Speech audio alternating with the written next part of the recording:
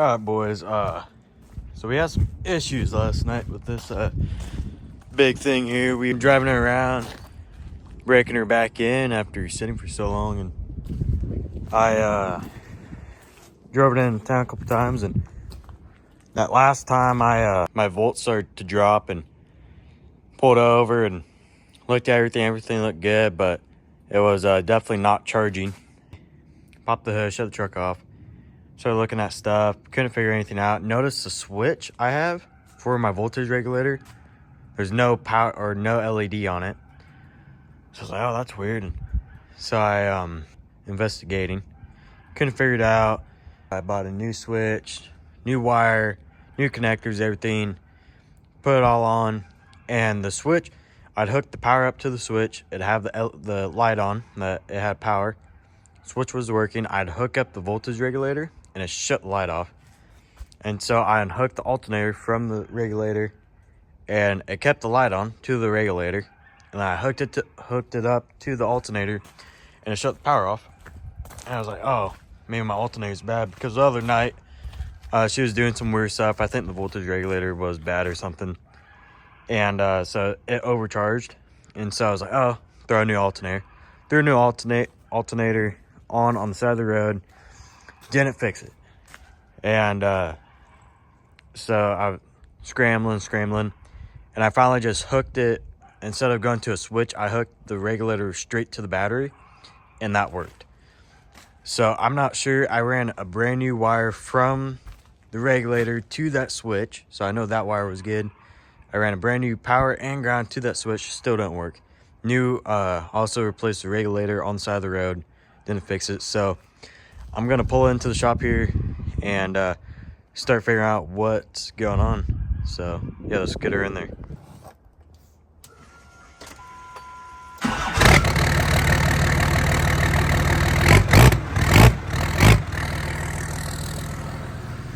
She's angry. We got some new stuff for the wiring. Got some actual like quality switches, 50 amp. Just actually nice ones instead of the cheap plastic ones. New wire strippers because mine suck.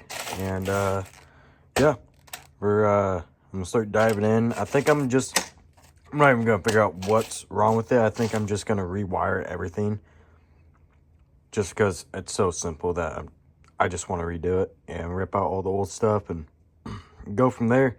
So start digging in. Okay, this is what I got so far. I just ripped out all the old wires I had wired up, and now the key does the fuel pump and the fuel shut off. And then I have my fan hooked to this. I'm gonna route it through the dash out here, nice and clean. I have just a little toggle for the fan. Now I'm gonna find a key power on for the regulator, and then that should be it. I'm gonna go grab an oil filter for it, start looking at fix on all the oil leaks. Keep messing with this. I'll let you guys know when I'm all done.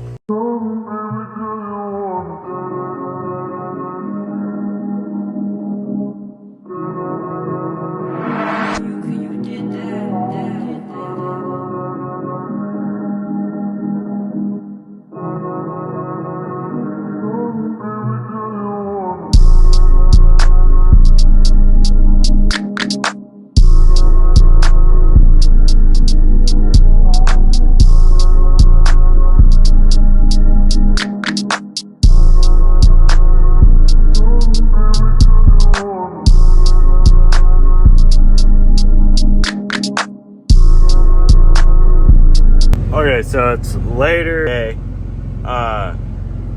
She's charging now.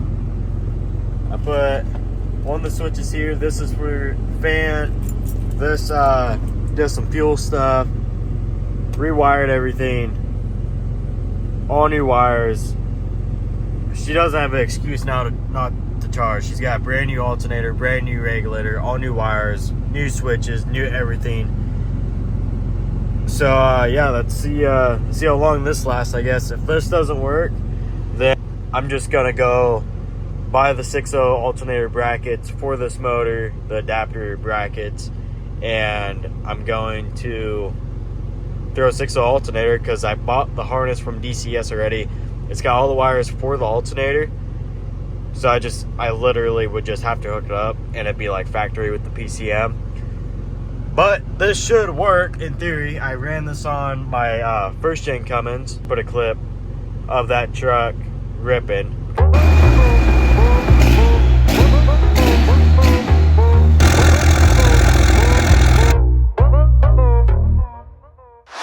Because that truck was sick. I don't have it anymore.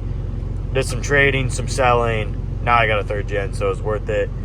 Not as cool, but 3rd gen's still loud and smoke. So yeah, so now it's charging. I'll let you guys know. I'll take it for a test drive tomorrow.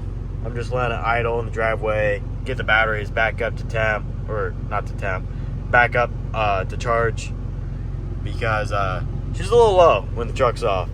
So yeah, I'm gonna let it charge up, and then tomorrow after work I'll take her for a test drive and see how it goes. But it should be good now. Not too worried about it, but you just never know with this truck. So yeah, tomorrow take it for a drive, get some videos of the truck, really show you guys what this thing actually looks like.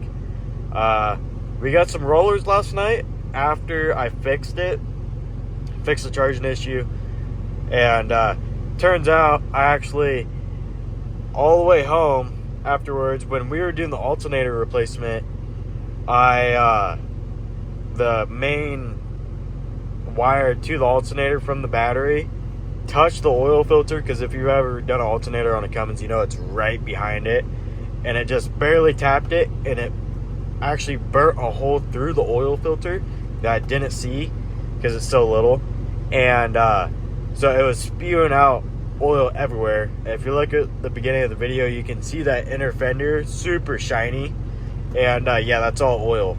Anyways guys, that's skip to tomorrow, and go for a test drive and get some sick clips of this thing.